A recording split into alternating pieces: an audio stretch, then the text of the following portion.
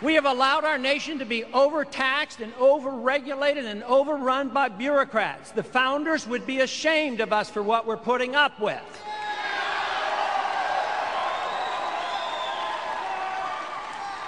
We have a very unfair tax system. We need a fair tax system. That means getting rid of the IRS and repealing the 16th Amendment.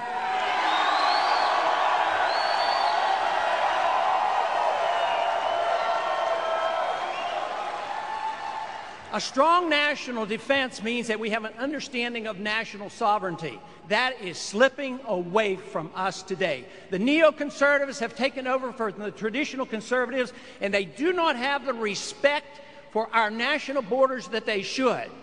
We do not any longer have national sovereignty. We have referred too much to the United Nations, the IMF, the World Bank, and the WTO, the NAFTA and the CAFTA agreements, and they should not be part of our system.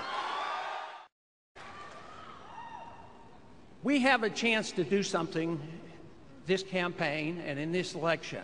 We can continue the way we've been going, accumulate more and more big government, assume that the people won't take care of themselves, but it's coming to an end. We have financed the warfare state and the welfare state by overtaxing, overborrowing, and then we resort to printing money, which is destroying our monetary system.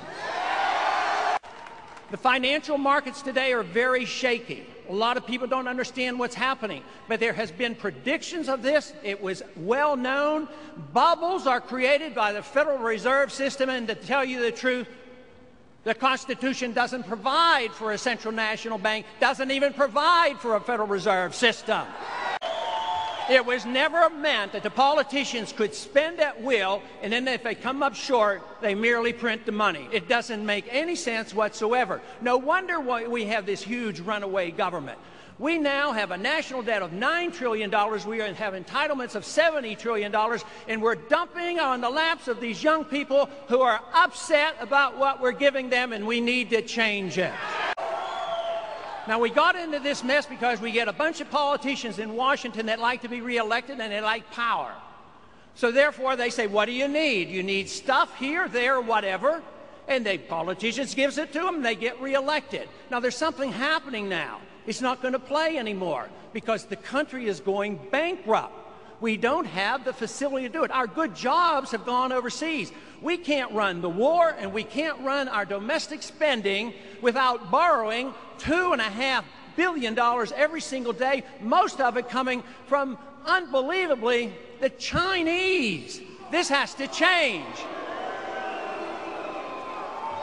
But it cannot change without a reassessment of what we believe in. Do we believe in the Constitution? Do we believe that we should have the rule of law? Do we believe that sound money ought to be gold and silver and not printed money out of thin air?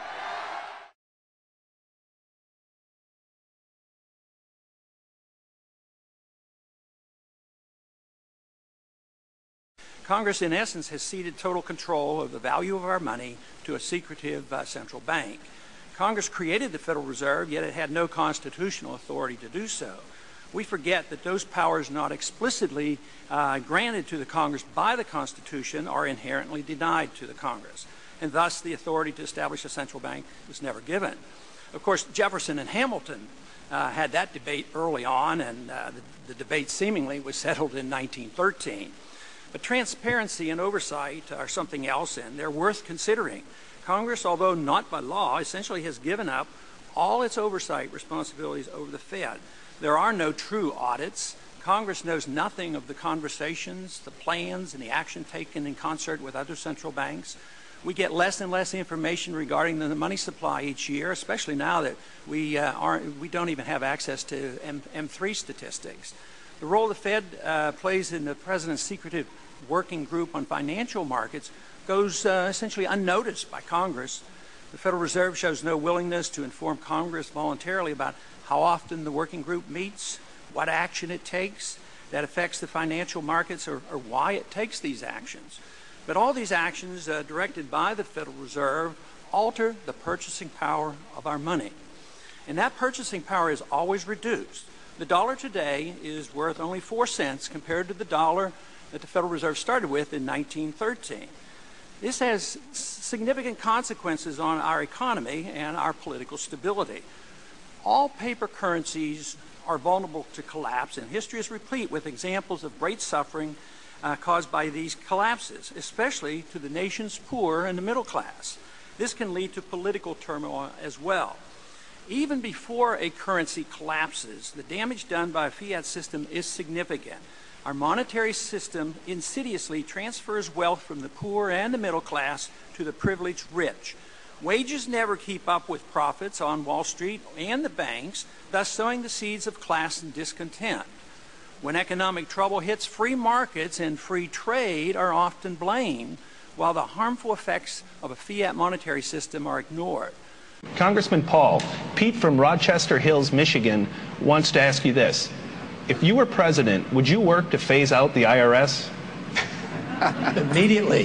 That's what they call a softball. And you can only do that if you change our ideas about what the role of government ought to be. If you think the government has to take care of us from cradle to grave, and if you think our government should police the world and spend hundreds of billions of dollars on a foreign policy that we cannot manage, you can't get rid of the IRS. But if you want to lower taxes, and if you want the government to quit printing the money to come up with the shortfall and cause all the inflation, you have to change policy.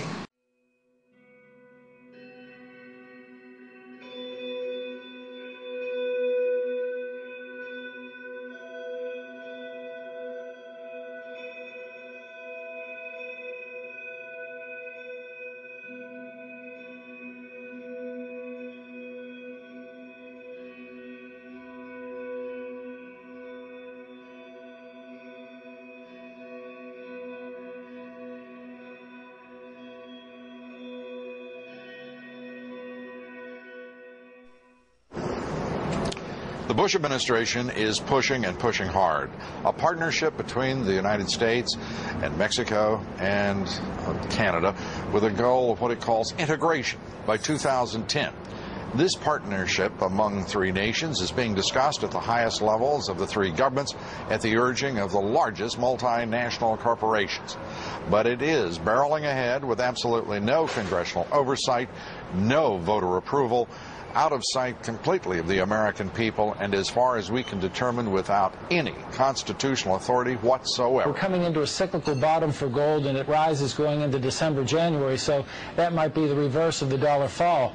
Apart from that, I think one thing people who are dollar-based need to focus on is the Amero. That's the one thing that nobody's talking about, but I think it's going to have a big impact on everybody's life in Canada, the U.S., and Mexico. If you Google it, you'll find out all about it. Well, you could tell us a little bit more right now. You always hear it on CNBC, don't you? The Amero is the proposed new currency for the North American community, which is being developed right now between Canada, the U.S., and Mexico to make a borderless community, much like the EU, and the dollar, Canadian dollar, U.S. dollar, and the Mexican peso replaced by the Amero. You really think that will get any leeway? You may want to visit a couple of websites and see how far along it is. The Canadians are pretty upset about it, whereas the Americans, apart from the Texans, are the only people who know anything about it. The rest of the public's really sort of with their head in the sand on this one. We lost more than 23 soldiers this past weekend. How much longer can the insanity continue here without a strategy that provides us with the strategic withdrawal to an over-the-horizon force has been advocated on this floor by colleagues on both sides of the aisle?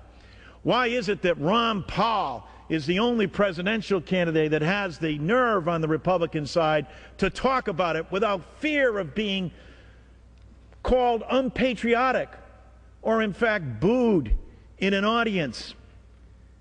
This chamber should be a chamber where we have the opportunity to speak truth to power.